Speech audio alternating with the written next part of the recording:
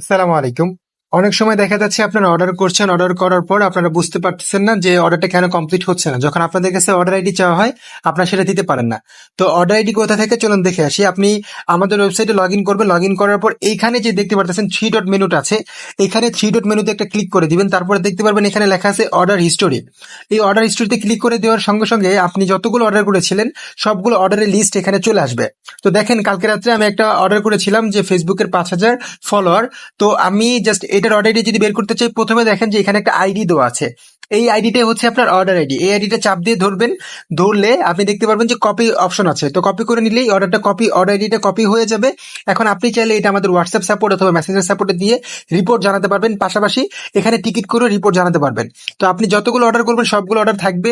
যেটা দেখবেন যে এখান থেকে কমপ্লিট হচ্ছে না, সেটা নিয়ে আপনি রিপোর্ট জানতে চাইলে ওই অর্ডার আইডি কপি করে আমাদের হোয়াটসঅ্যাপ অথবা মেসেঞ্জার অথবা টিকিটে দিয়ে দিলে এটা সমাধান ইনশাল্লাহ পেয়ে যাবেন।